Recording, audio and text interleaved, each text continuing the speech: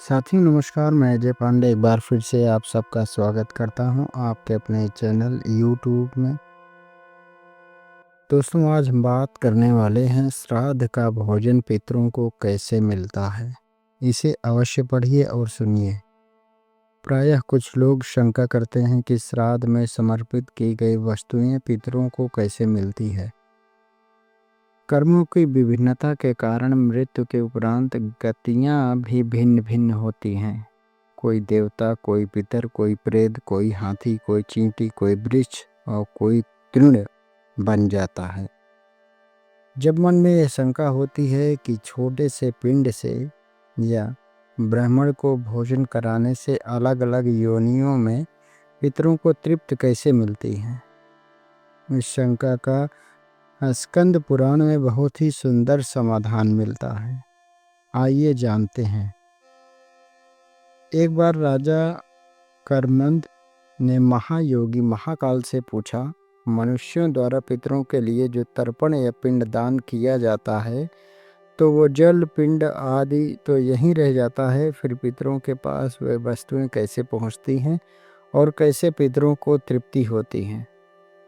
भगवान महाकाल ने बताया कि विश्व नियंता ने ऐसी व्यवस्था कर रखी है कि श्राद्ध की सामग्री उनके अनुरूप होकर पितरों के पास पहुंचती हैं। इस व्यवस्था के अधिपति अग्निवाष्टवत हैं। पितरों और देवताओं की योनि ऐसी है कि वे दूर से कही हुई बातें सुन लेते हैं, दूर की पूजा ग्रहण कर लेते हैं और दूर से कही गई स्तुतियों से ही प्रसन्न हो जाते हैं। वे भूत भविष्य वर्तमान सब जानते हैं और सभी जगह पहुंच सकते हैं। 5 तमन्नाएं, 5 तन्मात्राएं, मन, बुद्धि, अहंकार और प्रकृति, इन 9 तत्वों से उनका शरीर बना होता है और इसके भीतर 10वें तत्व के रूप में साक्षात भगवान पुरुषोत्तम उसमें निवास करते हैं। इसीलिए देवता और पितर गंध व रस तत्व से तृप्त होते हैं, शब्द तत्व से तृप्त होते हैं और स्पर्श तत्व को ग्रहण करते हैं। पवित्रता से ही वे प्रसन्न होते हैं और वे वर देते हैं। पितरों का आहार है अन्न जल का सार तत्व। जैसे मनुष्य का आहार अन्न है, पशुओं का आहार तृण है, वैसे ही पितरों का आहार अन्न का सार तत्व गंध और रस ही उनका आहार है। अतः वे अन्न व जल का सार तत्व ही ग्रहण करते हैं। शेष जो स्थूल वस्तु है वो यहीं पर रह जाती है। अच्छा, तो किस रूप में पहुंचता है पितरों को आहार, ये भी बताइए। चलिए जानते हैं किस रूप में पहुंचता है। नाम व गोत्र के उच्चारण के साथ जो अन्न जल आदि पितरों को दिया जाता है, विश्वदेव एवं अग्निवात दिव्य पितर हव्य कव्य को पितरों तक पहुंचा देते हैं।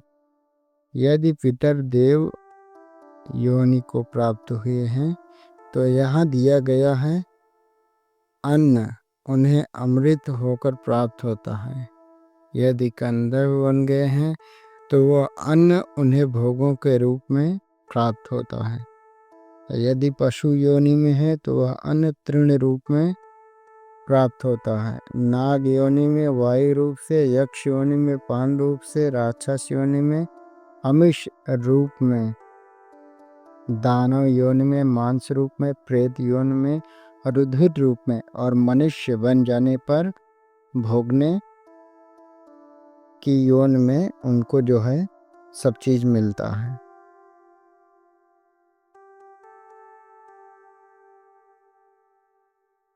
मित्रों, जिस प्रकार बछड़ा झुंड में अपनी माँ को ढूंढ ही लेता है, उसी प्रकार नाम गोत्र हृदय की भक्ति एवं देश काल आदि के सहारे दिए गए पदार्थों को मंत्र पितरों तक पहुंचा देते हैं।